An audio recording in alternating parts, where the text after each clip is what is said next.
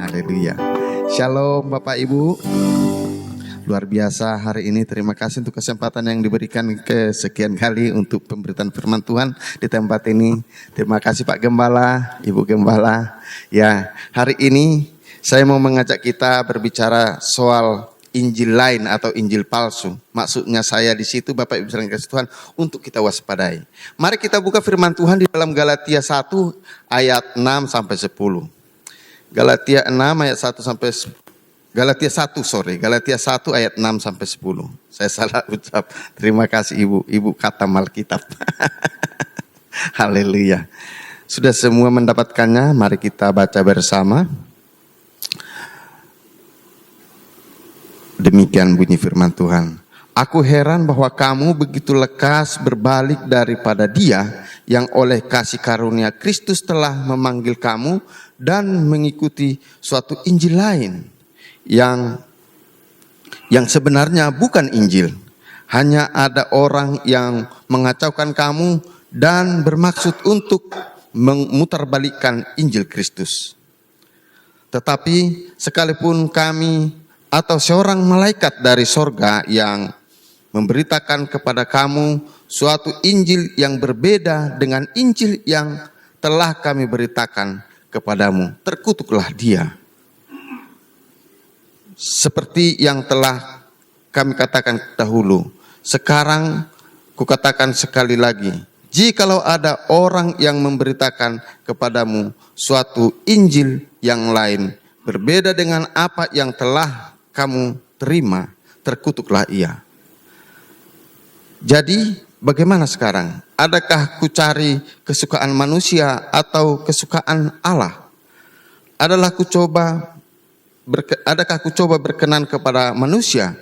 Sekiranya aku masih mau mencoba berkenan kepada manusia, maka aku bukanlah hamba Kristus.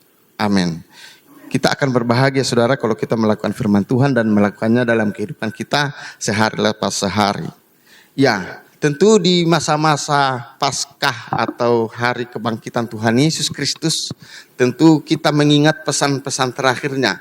Orang biasanya kalau pesan-pesan terakhir tentu harus diingat dan itu amanat yang sangat penting. Seperti di Matius 28 misalnya dikatakan, pergilah, jadikanlah semua bangsa muridku. Baptislah mereka dan ajarlah mereka, kan begitu. Di Markus 16 juga dikatakan, beritakanlah Injil kepada segala makhluk. Ini bukan hanya kepada aktivis gereja, bukan hanya kepada pendeta atau gembala, tapi semua orang yang percaya kepada Tuhan Yesus. Amin. Dan juga saya teringat di hari Kamis yang lalu, ya Pak Gembala menegaskan, menguatkan kita dari firman Tuhan bahwa kita adalah umat yang terpilih, imamat rajani, bangsa yang kudus milik kepunyaan Allah. Amin. Saudara yang kasih Tuhan, tetapi tentu di dalam tanggung jawab kita sebagai pemberita Injil, sebagai pembawa kabar baik, ini adalah tugas yang sangat-sangat penting dan kita harus hati-hati. Karena Yesus mengatakan, kalau kita menyesatkan seseorang dari anak-anak Tuhan, lebih bagus kita kalungkan kepada leher kita batu kilangan dan cebur ke laut, artinya mati saja, begitu saudara. Tetapi saudara yang kasih Tuhan, kita diingatkan sekarang ini, kita harus benar-benar mawas diri dalam pengajaran-pengajaran kita. Sehingga kita perlu melihat di dalam ayat-ayat yang kita sudah baca tadi, contoh-contoh Injil palsu atau Injil-Injil lain selain daripada apa yang diberitakan oleh para rasul waktu itu. Dan kalau kita merenung-renungkan ini saudara yang kasih Tuhan, akan menolong kita untuk terhindar dari menjadi alat si setan atau alat si jahat. Apa itu saudara yang kasih Tuhan? Coba kita lihat di dalam ayat 7. Di sana dikatakan, yang sebenarnya bukan Injil, hanya ada orang yang mengacaukan kamu dan yang bermaksud untuk memutarbalikkan Injil. Ini saudara yang kasih Tuhan, tentu Paulus mengirimkan surat ini kepada jemaat di Galatia. Dia melihat di sana jemaat mengalami kekacauan. Oleh karena apa? Ajaran-ajaran yang dilakukan atau diajarkan oleh para penginjil-penginjil palsu. Mereka itu dikondisikan supaya agak dipersulit untuk mengenal atau menerima Tuhan Yesus, perlu harus disunat, perlu harus mengikuti tradisi-tradisi Yahudi dan lain sebagainya. Saudara yang kasih Tuhan, makanya Paulus jangan mengatakan, saya heran melihat kalian itu. Bahkan sampai 2 kali dia mengatakan, kalau ada orang yang memberitakan Injil selain daripada yang kami beritakan ini, terkutuklah dia. Saudara yang kasih Tuhan, memutarbalikkan. Jadi waktu Yesus bangkit, di samping berita sukacita itu, ada juga berita propaganda yang memutarbalikkan fakta, saudara yang kasih Tuhan. Kita tahu itu bukan, para penjaga kubur itu dengan dengan diam-diam mereka pergi kepada para tokoh agama di sana. Kepada para tokoh agama itu mereka mengatakan kejadian yang sebenarnya bahwa Yesus telah bangkit. Tetapi apa katanya? Udah, kalau begitu jangan kalian sebarkan itu. Kalian ceritakan aja bahwa para murid sudah mencuri mayat Yesus. Dan nanti kami akan melakukan kami akan ada di belakang kalian. Kalau nanti kalian dituntut dan lain sebagainya, tenang saja, saudara yang kasih Tuhan. Dan berita itu pun dikatakan oleh Alkitab sampai saat ini. Tentu saat ini kita melihat saat Alkitab ditulis, saudara yang kasih Tuhan, itu tersebar bahwa Yesus tidak bangkit. Dan itulah tentu yang dikutip oleh agama tertentu, mengatakan bahwa Yesus tidak bangkit dari tulisan-tulisan yang tidak bisa dipertanggungjawabkan itu, saudara yang kasih Tuhan. Akhirnya ada Injil yang memutarbalikkan, bukan Injil tanda kutip ya, Injil yang sebenarnya adalah kabar baik tentang Tuhan Yesus Kristus. Diberitakan atau dipropaganda, orang mengatakan bahwa Yesus tidak bangkit. Saudara yang kasih Tuhan, ini berkembang secara terus menerus. Dan inilah yang membuat Paulus itu marah kepada jemaat di Galatia, saudara yang kasih Tuhan. Dan tentu relevan sampai sekarang ini. Kita melihat ada agama tertentu yang mengatakan Yesus itu tidak disalibkan, tetapi adalah orang yang diserupakan. Misalnya begitu, bukan? Saudara yang kasih Tuhan. Apakah kita harus percaya akan hal itu? Tentu kita yang ada di sini sulit untuk menerima secara akal sehat kita, kan begitu. Oleh karena sekiranya Yesus itu, sekiranya yang disalibkan itu bukan Yesus, katakanlah orang yang diserupakan, yang ditafsirkan Yudas lagi, kan begitu. Bukankah dia akan teriak-teriak, bukan saya.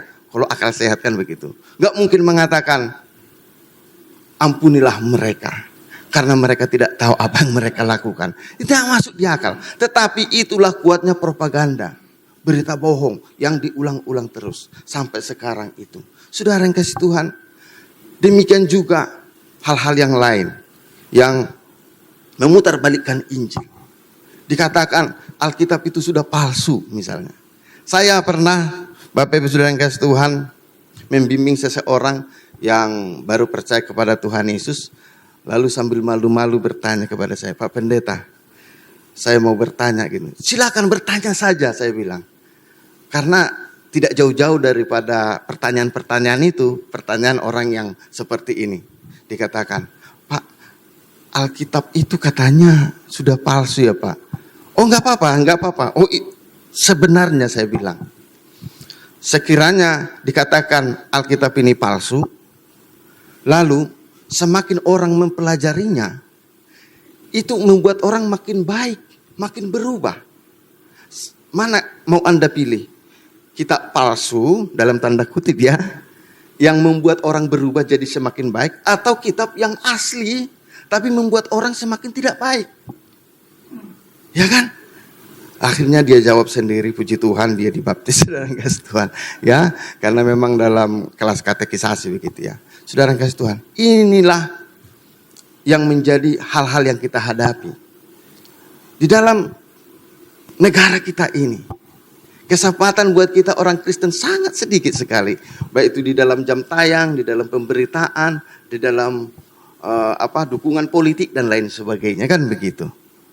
Tetapi kita harus percaya bahwa Injil itu adalah kekuatan Allah. Sekalipun orang berusaha memutarbalikkannya, Injil adalah kekuatan Allah. Amin. Yang bisa mengubah seseorang. Itu yang pertama. Jadi kita harus kita waspadai dan harus hati-hati.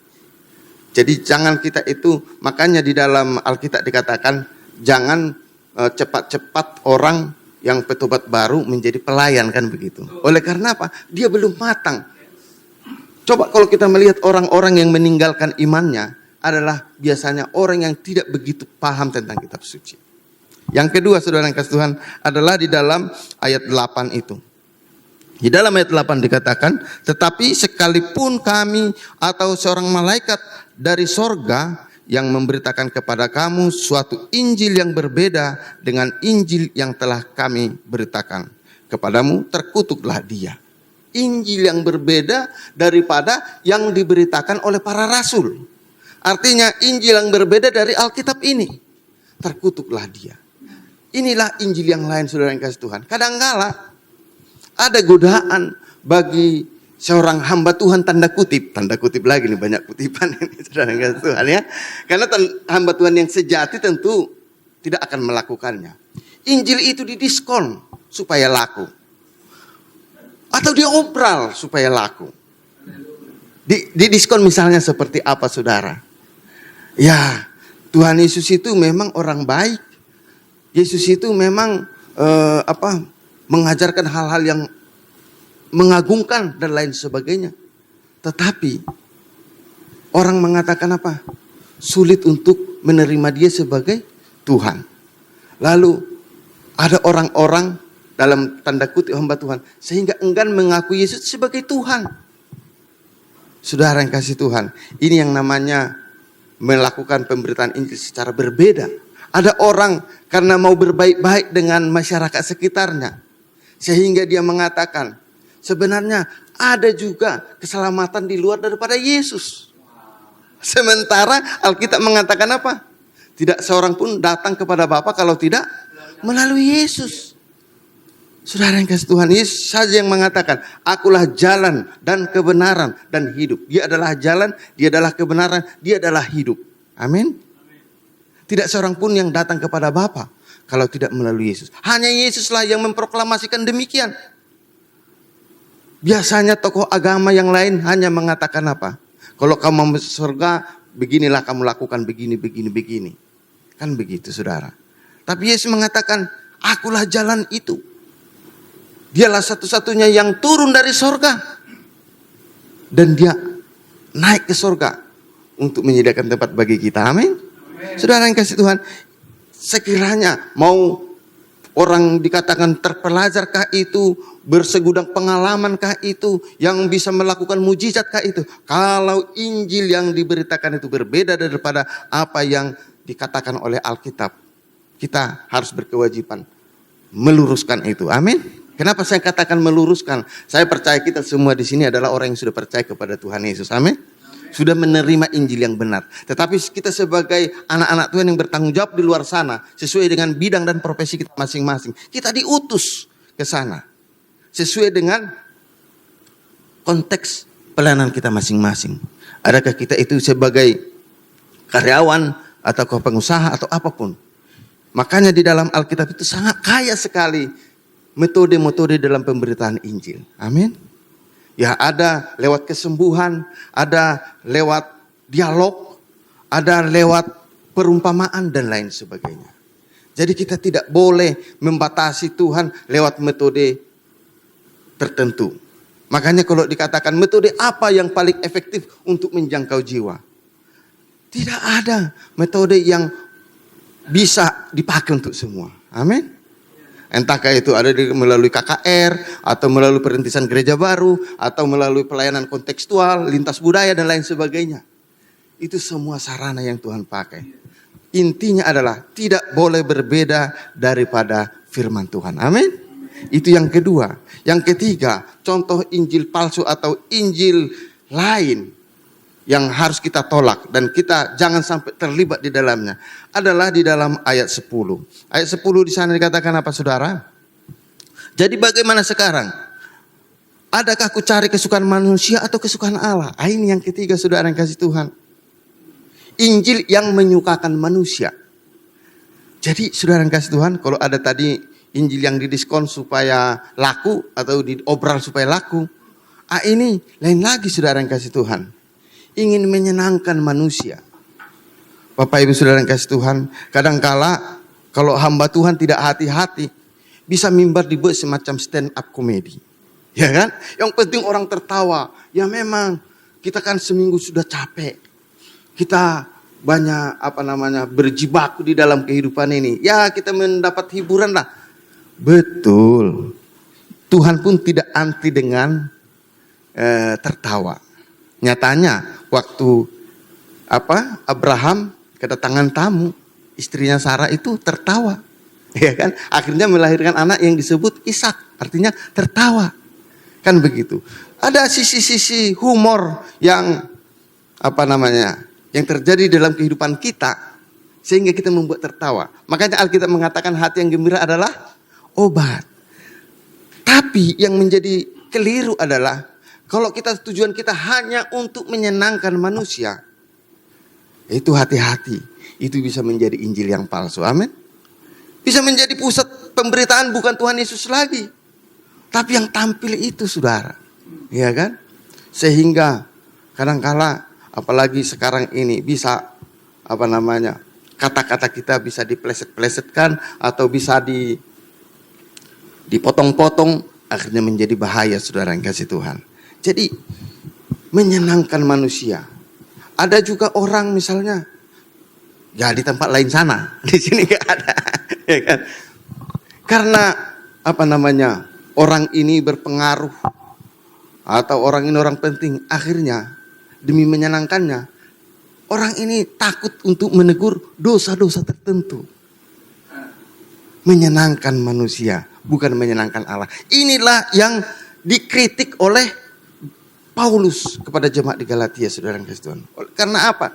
Ada orang sudah melenceng daripada apa yang Tuhan mau, apa yang Tuhan maksud. Apalagi sekarang ini saudara yang kasih Tuhan. Kadangkala orang sudah sulit membedakan mana ini gereja yang mau memenuhi panggilan Tuhan atau mau melakukan bisnis rohani. Iya kan? Karena apa saudara kasih Tuhan? Ada itu saya melihat ya teman saya, dia mengatakan, wah di gereja ini kita itu dipersiapkan segala sesuatu, tapi dalam jangka tertentu harus surplus. Kalau tidak, kalau defisit, ya ditutup. Saudara yang kasih Tuhan, ya itu secara bisnis kan begitu ya. Tetapi di dalam Alkitab dikatakan bahwa satu jiwa itu sangat berharga di mata Tuhan. Tidak bisa ternilai. Oleh karena apa? Entah siapapun orangnya itu, nilainya adalah nyawa Kristus. Siapa bisa membayar nyawa Kristus, saudara? Tidak ada. Kita pun, saudara, di sini melayani Tuhan tidak bisa membalas kebaikan Tuhan. Amin. Hanya kita itu sebagai ungkapan syukur kita. Sebagai ungkapan syukur kita dan bahwa bukti kita sudah diselamatkan. Kalau kita mau menyogok Tuhan, aduh, orang punya Tuhan kok segala sesuatu. Amin. Saudara yang kasih Tuhan, tetapi ada orang demi maksud-maksud tertentu, demi maksud-maksud tertentu, dia menyenangkan manusia. Bapak Ibu saudara yang kasih Tuhan, tentu kita harus menjadi komunikator yang baik. Kita harus menjadi pelayan yang menggunakan segala daya upaya untuk bagaimana orang dimenangkan. Segala ilmu pengetahuan dan juga berbagai pengalaman yang teruji itu bisa kita gunakan. Tetapi itu tetaplah hanya sebatas pendukung. Yang sesungguhnya saya sangat setuju dengan hambanya Pak Gembala kita. Bahwa kata beliau bahwa dari mimbar ini kesimpulannya adalah Yesus Kristus. Wah itu sangat alkitabiah menurut saya. Tapi ada orang saudara yang kasih Tuhan. Ya kadangkala Injil itu dilencengkan demi menyenangkan manusia. Dan saya percaya pelayanan-pelayanan seperti ini gak berjalan lama kok. Oleh karena apa? Dikatakan oleh Alkitab, terkutuklah orang yang mengandalkan manusia. Iya kan? Jadi kita yang mengerti rencana dan kehendak Tuhan, tentu kita harus menyadarinya. Amin.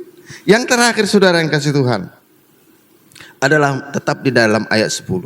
Di sana dikatakan, sekiranya aku masih mau mencoba berkenan kepada manusia, maka aku bukan hamba Kristus. Kalau yang pertama tadi adalah memutarbalikkan fakta tentang Kristus. Yang kedua adalah berbeda daripada apa yang diceritakan oleh kitab suci. Dan yang ketiga adalah ingin menyenangkan manusia. Nah, ini yang keempat adalah contoh Injil palsu adalah menjadi hamba manusia, bukan hamba Allah atau hamba Kristus. Seperti apa itu saudara yang kasih Tuhan? Saya itu di Bogor itu, ya gerejanya bukan gereja besar, ya kan? Tetapi banyak yang kita lakukan di situ yang gereja besar tidak bisa dilakukan. Salah satu contoh saudara yang kasih Tuhan, ada waktu itu orang yang percaya Yesus, sebenarnya orang ini mau menikah dengan orang Kristen semenjak lahir begitu. Tetapi orang ini dari agama lain, sehingga waktu mau menikah datanglah kepada gereja besar, begitu ya. Calon istrinya ini sebenarnya adalah hamba Tuhan di gereja besar itu. Tapi waktu itu organisasi-organisasi radikal belum dibubarkan begitu ya. Takut efeknya nanti akan berdampak kepada gereja, akhirnya ditolak. Saudara yang kasih Tuhan, ini yang namanya menjadi hamba manusia. Akhirnya lalu kita layani sesuai dengan prosedur kan begitu ya, dibaptis dan seterusnya. Bapak Ibu saudara yang kasih Tuhan, kalaulah memang kita itu menjadi hamba manusia, takut juga ya. Tetapi disinilah kita diuji. Adakah kita memberitakan Injil sejati atau bukan? Bapak Ibu saudara yang kasih Tuhan, sering kita ketiban hal-hal yang demikian. Yang gereja besar tolak oleh karena apa? Takut nanti hal-hal yang lain, takut didemo lah dan lain sebagainya. Ini menyenangkan manusia. Saudara yang kasih Tuhan, ada juga misalnya demi menjadi hamba manusia. Bapak Ibu saudara yang kasih Tuhan, orang ini melakukan pelayanan, pokoknya yang dibicarakan gereja itu terus adalah target, kan begitu ya. Program-program. Akhirnya tidak ada bedanya menjadi apa? Jadi dari sisi sentuhan rohani itu menjadi lemah. Saya percaya, karena saya bukan 1 hari 2 hari pelayanan di sini. Saya melihat bagaimana saya sendiri tidak bisa habis pikir dengan biaya yang begitu besar. Tapi tetap bertahan. Dan saya percaya waktu Tuhan waktu yang terbaik. Amin. Saudara yang kasih, dari segi tempat ini sangat strategis sekali. Dan saya percaya ada memang saatnya kita diuji oleh Tuhan. Tapi kalau kita setia tetap memberitakan Injil yang sejati, saya percaya kalau Tuhan Yesus ditinggikan, banyak jiwa akan ditarik. Amin. Saudara yang kasih Tuhan, jangan kita berhenti di tengah jalan. Mari kita berjuang terus. Ya, saya tentu kurang pantas bicara seperti itu kepada Pak Gembala karena beliau lebih senior dari saya, ya kan. Beliau sudah melanglang buana. Tapi saudara yang kasih Tuhan, tidak ada salahnya kita saling mengingatkan. Betapa Bapak Ibu saudara yang kasih Tuhan, gereja ini dimulai di mana? Di Bekasi. Tapi semangat tidak pudar, pindah ke sini saudara yang kasih Tuhan. Dan saya percaya waktu Tuhan, kalau hari Kamis kemarin saya melihat ada jiwa-jiwa baru, pastilah saudara yang kasih Tuhan, ada saatnya Tuhan akan menunjukkan belas kasihannya bagi gereja Tuhan di tempat ini. Amin. Yang penting itu kembali lagi, jangan kita tergoda memberitakan Injil-Injil lain atau Injil palsu itu. Tapi marilah kita tetap berpegang teguh kepada Injil yang sejati. Amin. Amin. Mari kita berdoa saudara yang kasih Tuhan.